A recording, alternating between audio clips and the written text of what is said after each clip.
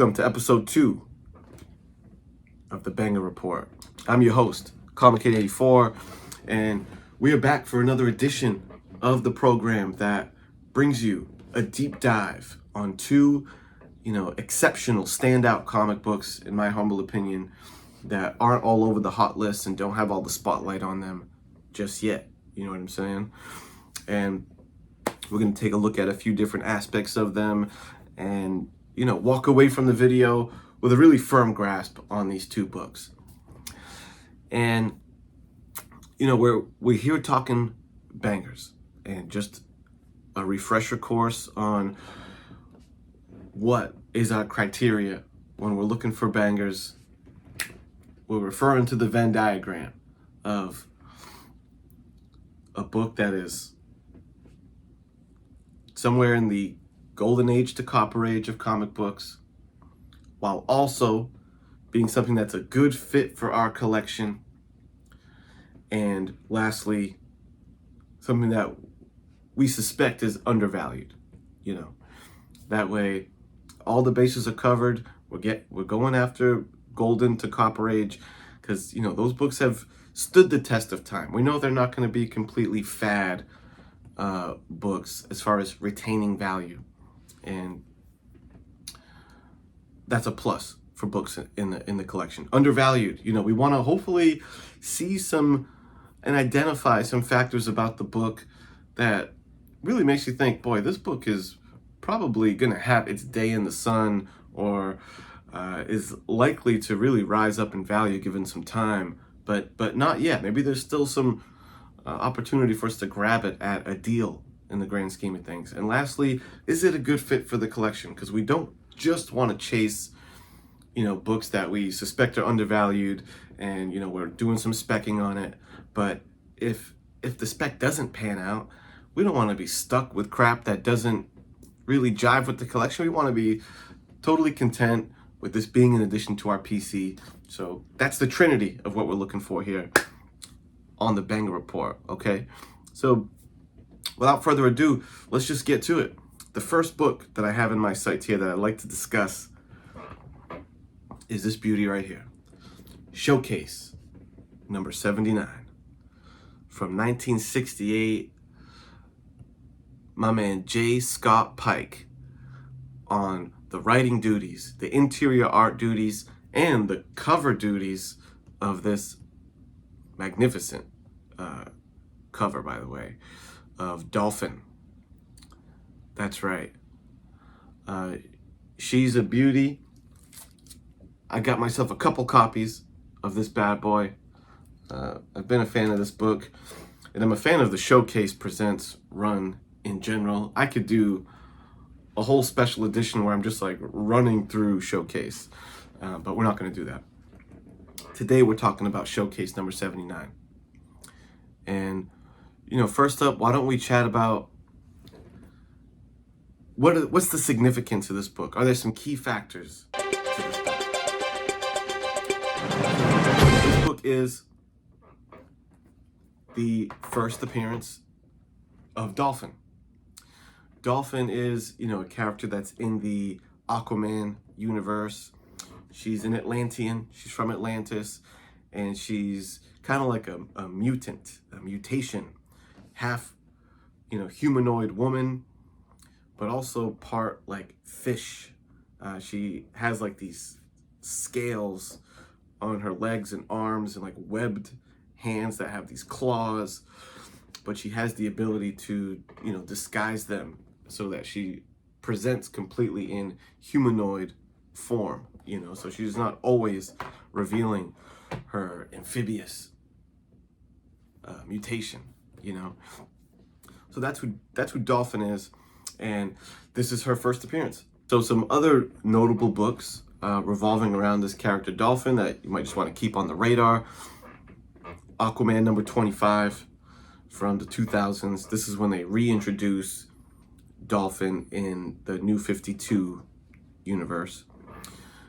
They get her back in the mix, and the following issue, number 26, has a pretty spicy Josh Middleton variant cover. That's pretty cool. So You know, if you're a fan of the character or you already have the Showcase first appearance, and you know you're into the character, those are a couple books that you may want to keep on the radar as well. Now, this book being undervalued. Now, in my opinion, one is the fact that it's just part of the Showcase Presents series is great. I think this run overall is one that's just like so important. It put out so many bangers in DC Comics throughout the 60s. Showcase Presents, I mean, that's the debut of, you know, Flash, Green Lantern, Spectre came back through Showcase, the Creeper, Dolphin, Hawk and Dove, the list goes on and on. Showcase is a really great run, so I expect appreciation to just continue to grow on this series as time goes on. But as far as speculation goes, you know, here's what makes my speculation senses tingle.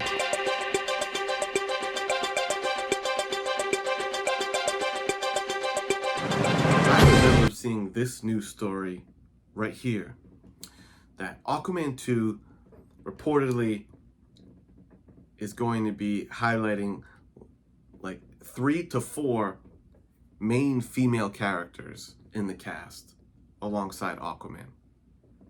This article, you know, insinuates that it's to take focus off of Amber Heard, who I guess she's like, you know, she almost got canceled there. Or maybe she is canceled. I don't know how that works, but she's like the kind of somewhat wild girlfriend, ex-wife of Johnny Depp.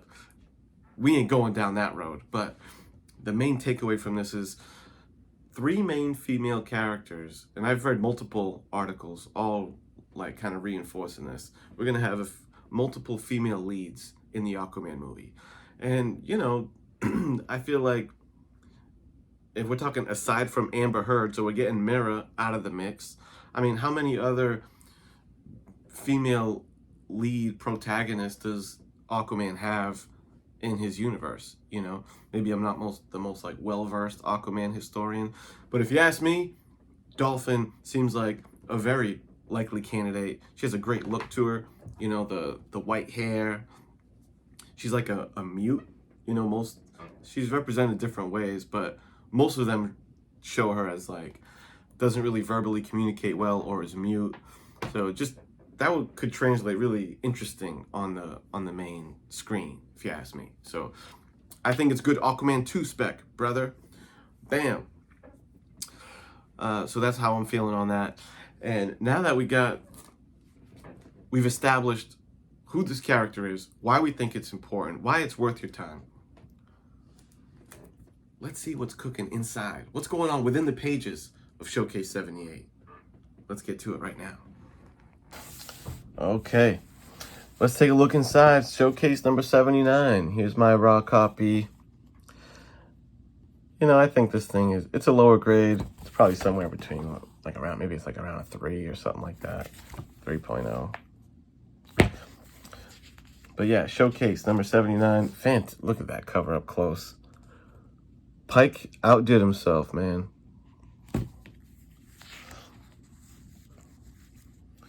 So we're gonna skim through this baby. You know, a couple of scuba divers investigating stuff at the bottom of the sea. They think they saw something. They're like, what was that? They tell the ship captain about it. He's like, you guys are smoking something. There's nothing going on down there. They go back to double check. Sure enough, there's our gal. There is a white-haired woman wearing denim, a denim blouse and short shorts in the ocean, who doesn't speak. Yeah, she doesn't speak English. They give her ice cream to kind of like show her that they come in peace. She loves it. This guy names her Dolphin. Then she takes off. She's like, screw this. Her lips turn blue. She needs to be back in the water. Splish splash. She's back in the water. This guy's heartbroken. He says, I only knew her a few hours, yet I miss her so very much. He's in love. Love at first sight. And apparently, Dolphin too. Dolphin caught feelings for the scuba diver. He goes down there to look for her. Boom, she's hopping on him. She's caressing him. They're holding hands, swimming back up.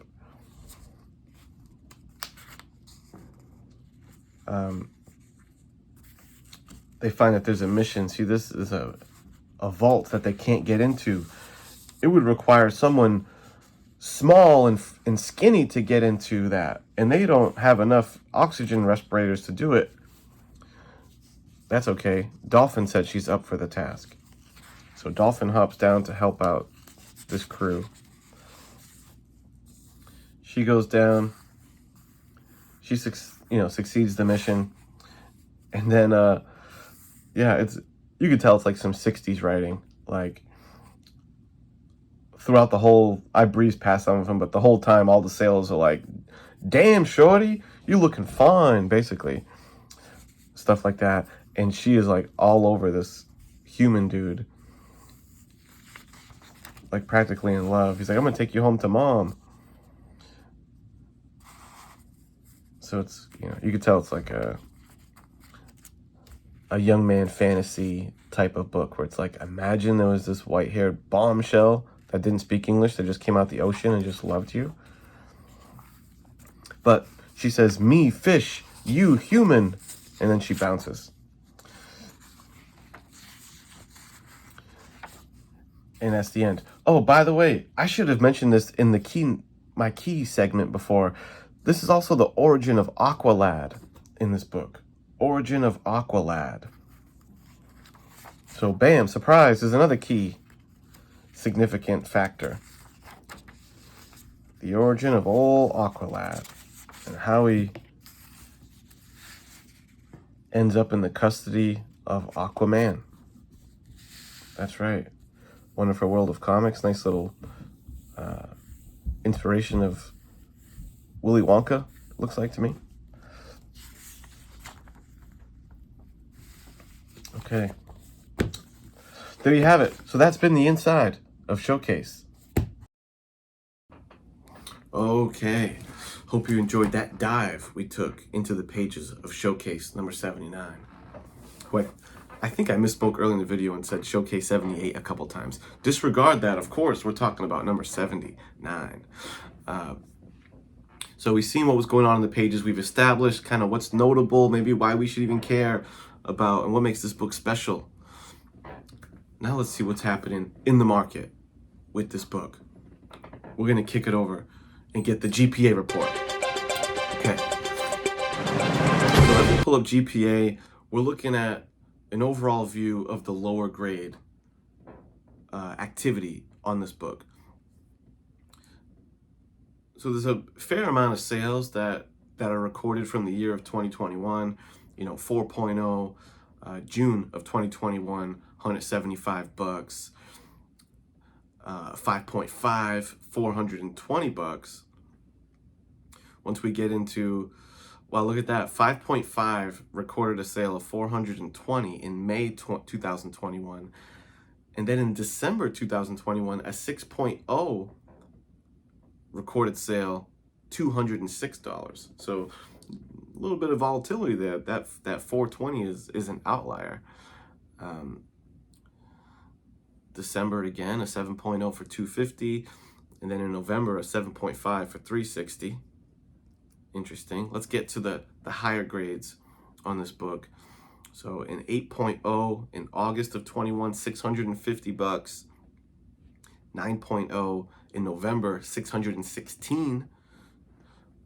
Down from that sale in August.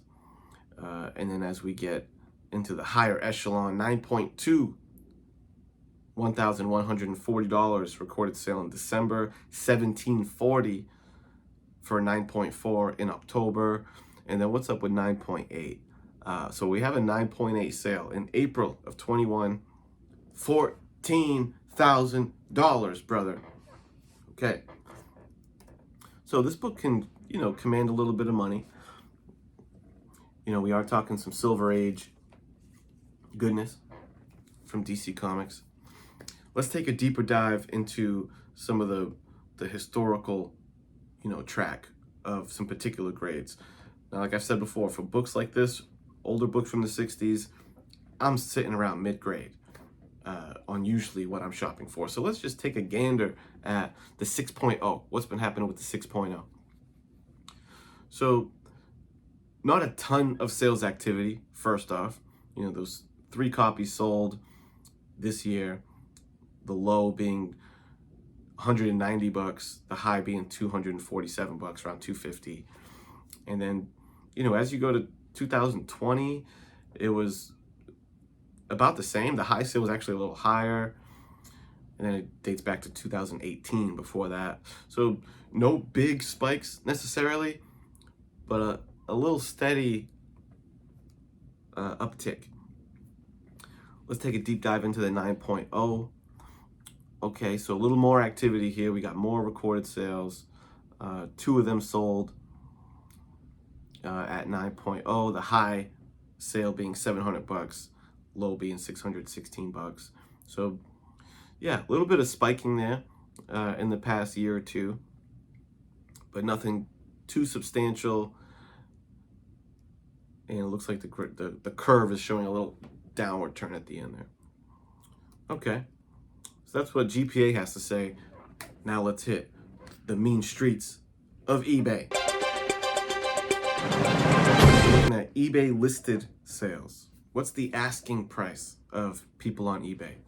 So we got the 9.4. This guy's got a 9.4 for sale, and he's asking $2,800. Okay.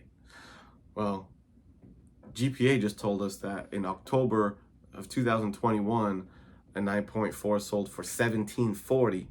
So I think this dude might be getting a little big for his britches, if you ask me.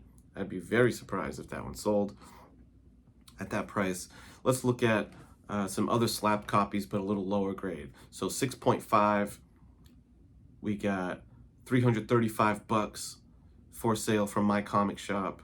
7.5 for $459. And then it looks like we have a raw copy here of $385. He's calling it a 4.5 from my comic shop. Okay. Mind you, I don't think those prices are terrible. What was a 6.5 last sold? So in June it was in June of 2021, $275 was the sale, the last sale. So, you know, I don't think that $335 is too outlandish. We got a pair of 4.5s listed, both asking, you know, close to each other, a little under $300, $296 on one of them, $270 on the other. Okay, a couple raw copies, $100 a piece. Lower grade, looks to me like those might be like in the 3 range, 3 to 4 range. Now let's see what this baby's actually been selling for on eBay. So we got a 7.0 graded copy, sold as a buy it now for $250. Okay, I don't think that's a bad deal. Another 7.0 sold for $227. Nice. A 6.0 for $205. A couple raw copies, lower grade, one for $32, one for $77. And then we have this copy here. So it was a buy it now or best offer for $100. But damn, best offer accepted. It's got the line through it. Isn't that annoying when you don't know what the sale actually was? You're wondering what did it actually land for? And the previous way that you used to be able to find out, I remember Comic Tom put me onto it. You could like search like the metadata, like the behind the scenes data of a listing page, and if you searched a certain term it would show you. Well, eBay updated its website so that no longer works, so you can't do that trick. So man, I guess we can't find out what the price is. Yeah, right, not here at the Banger Report. When there's a will, there's a way, so we ain't letting that shit stop us. Let me show you how we're gonna confirm what this best offer in fact was. So we see here $100 with the slash through it. Okay, no problem. So what we're gonna do is we're gonna copy the title of the listing, okay? Copy that so we can paste it. We're gonna pull up a second website, 130point.com. This is like a site that's used as a reference for dudes in the card collecting hobby, because I guess this happens a lot with the PSA graded cards. So you go to this site, you click on the button that says search eBay sales. We're just gonna paste in the name of the listing into that, search it, and boom, we got the info that we needed. Looks like that $100 asking price, he took the best offer of 75 beans. So boom, there you have it, little trick of the trade from me to you. And that kind of covers it. That's our deep dive on the banger that is Showcase 79, first appearance of Dolphin with a, man, timeless, epic cover by Mr. Pike himself, J. Scott Pike.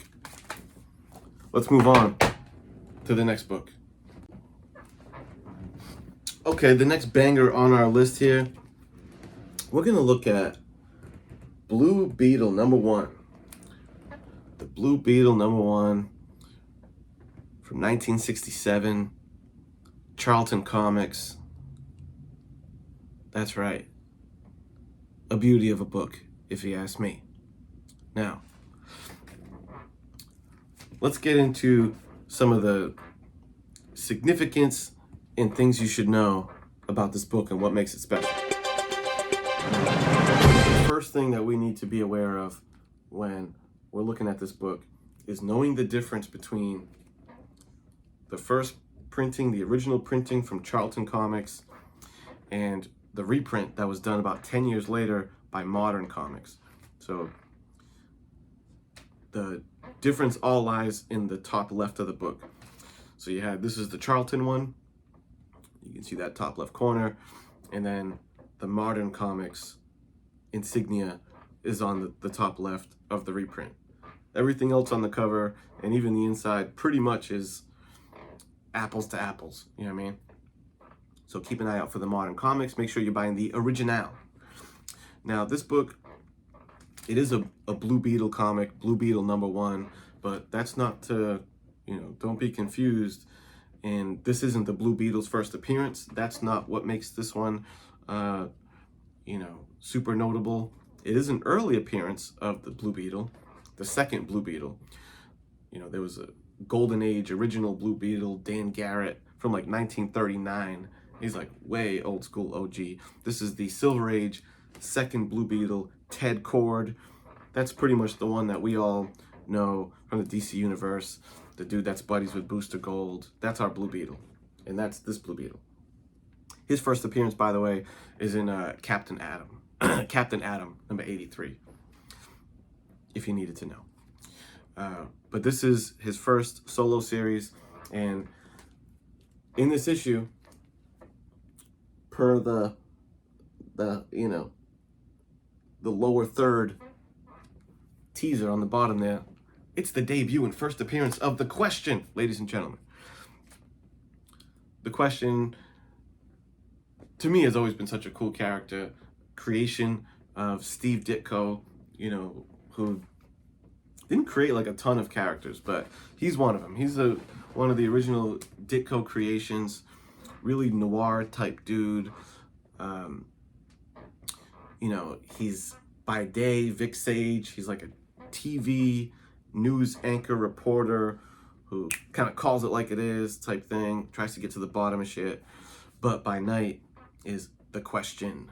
He has this special mask that bonds to his face, and that way he's featureless and he can roam through the streets without people knowing his identity. And that's my dude, The Question. Very cool character. Now you guys probably know Blue Beetle and The Question were the inspiration for Alan Moore that he used in his Watchmen series for Night Owl and Rorschach. You know, he pretty much did inspiration characters from a bunch of Charlton heroes. So, inspiration of Rorschach. So that's our boy Question. Yeah, so first appearance of The Question. Very cool character. If you wanted to be up on some other notable books that have to do with The Question, you would want to keep in mind Mysterious Suspense, #1, from 1968, also a Charlton book. This is his first solo stories were printed in this Mysterious Suspense. So that's one you can keep an eye out for. And the other is the solo series, The Question, from the 80s. I'm not sure what year, 88 or something like that. Denny O'Neil. It's a solid read. It's a good story. And that #1 issue has maybe one of my favorite Bill Sienkiewicz cover artworks. Period. Okay? So as far as undervalued goes, you know, I think The Question is a pretty relevant character. He's popped up in a lot of the DC animated series and movies. He had a pretty cool DC Black Label series, self-titled series, I think last year. And, you know, an overall cool character. I don't know of any, like, even rumors of news of The Question getting into movies or TV or anything like that, which, you know, as we know, drives a lot of spec. And there isn't a ton. We're going to see when we look at the sales data. It's not a book that everyone's kind of clamoring for, it seems. But I'll be damned if I don't think The Question is a badass character. Ditko creation from the 60s. With DC and Warner Brothers now having this deal with HBO, oh man, I think a Question HBO series, HBO drama, would be so fire. Hopefully that thought occurs to somebody over there soon. And, you know, one last connection I can make is Peacemaker, you know, who Suicide Squad movie, John Cena, does have his own HBO series now. The Peacemaker is a Charlton character, Charlton creation. So, you know, so is The Question. Is it plausible to think that, you know, The Question could be part of the Peacemaker verse that's being built as fellow Charlton alumni characters? Maybe. I think they'd be a good fit together. So there's that. That's my hunch. Either way, like I said, this book fits my collection. So it's a great book to have nonetheless. Piece of history right here. Now, before we get into what's going on in the market with this book, let's see what's cooking inside the pages of Blue Beetle #1.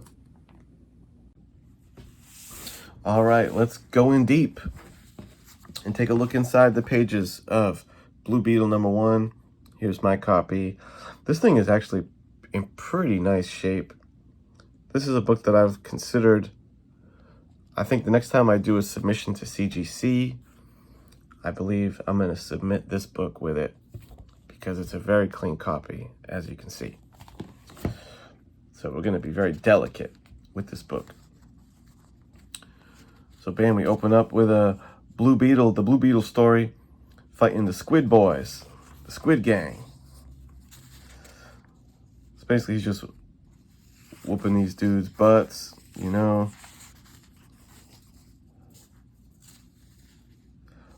A lot of action on his story, which is fun. You know, here's him back at the... Doesn't this look like something straight out of Watchmen?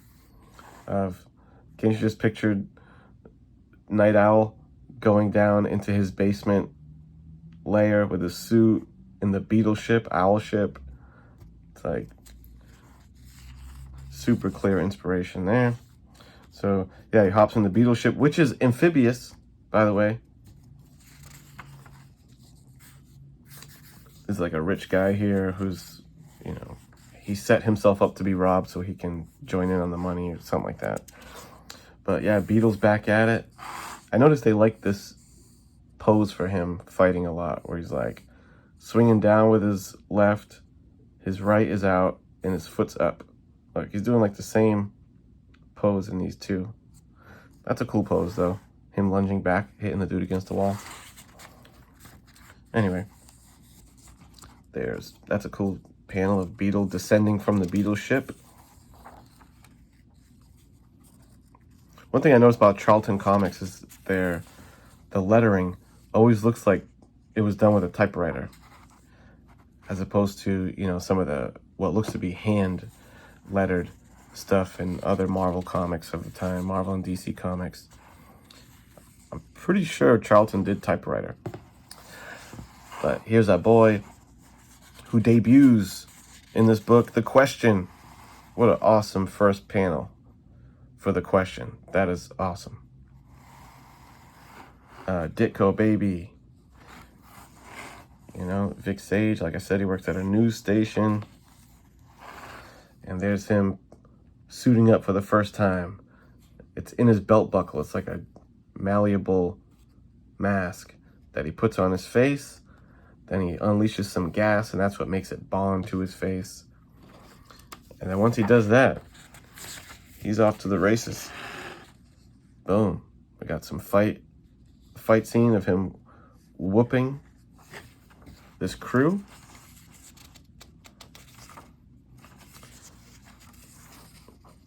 And that's that. That's all she wrote for that.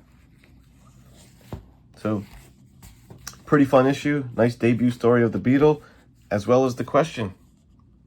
Blue Beetle, #1. Okay, I hope, you know, all your questions were answered as to what was going on inside that book. Now, let's take that deep dive. Let's take a closer look into the market. What has it been selling for? What are the people asking for it? All that good stuff. We're going to first hit the GPA report. So we got GPA up.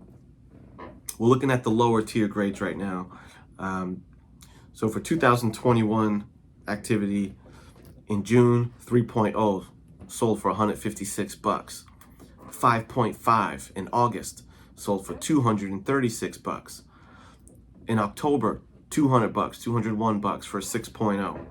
309 for a 6.5.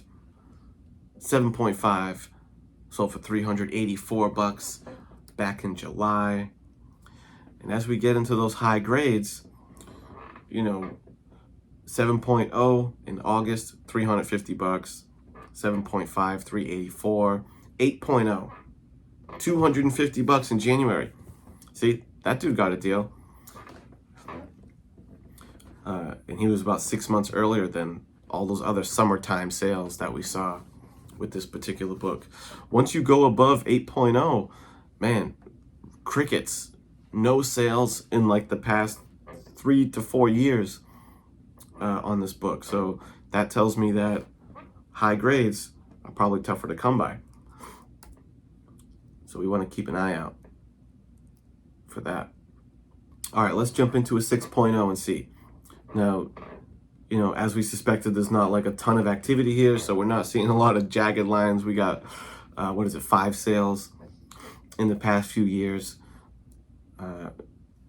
So no too sharp drops, but, you know, man, 2019, a couple copies of this thing sold really cheap, under $100, and now 2 years later, this book is sitting at above 200.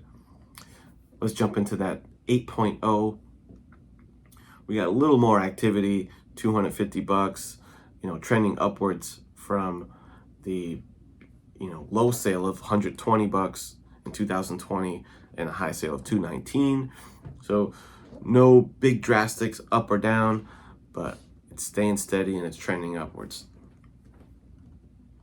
Let's see what's kicking on the eBay scene. Okay, let's look at the highest grade copies for sale. We got 2 9.4s listed on eBay, one for $3,500, one for a little over $3,000. I mean, hey, there's not going to be many prior sales that we can refer to for that. So, who knows if he's close to the mark on that or not. 6.5. My Comic Shop is asking $11.30 for this book, which is crazy when you look at this 6.5 with a buy it now for $400. What is My Comic Shop smoking, brother? Aren't they aware of the other listings? I guess not. 6.0, $455 from My Comic Shop. What the heck? How do they justify selling a 6.0 for $450 and a 6.5 for $11.30? I don't know. Maybe something special about that book. I didn't see anything about that particular copy. 5.5, $300. Buy it now. What was a 5.5? Do we have any sales data? So in August, a 5.5 sold for $236.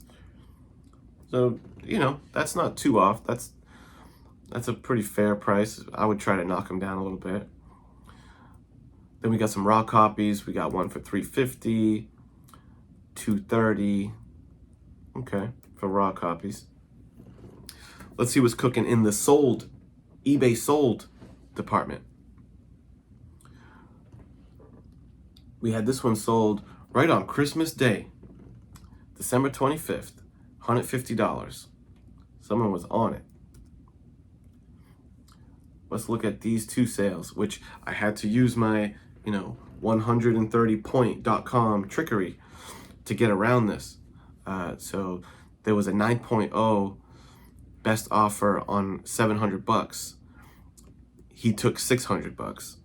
And then there was a raw copy for $260 that he accepted $200. Both those sales took place in December. There you have it, man. This seems like a book that you can probably find a good mid-grade copy for somewhere between $200 and $300. That's what I would be looking at. Obviously, we want to try to snag as many sleeping deals as we can when we're out hunting in the wild. But I think if you're getting a good copy of this, somewhere between like the 5 and a 7.0 is what I would be looking for, and you can keep it between $200 and $300. I think it's a good buy, and I think it's a cool book, great book to have in the collection. The Question is an awesome character, and he's got a little stinger there on the cover. Who is the Question? I hope I answered that today, and that brings us to the conclusion of episode 2 of the Banger Report. I appreciate everyone's feedback on the first episode on the trial balloon edition. I'm having fun with this. I enjoy choosing the books and looking up all the data and stuff and putting these together for you. So as long as you keep enjoying them, I'm going to do my best to keep creating them. And let me know what you think about these couple books. And till next time, these books have been Banger Report.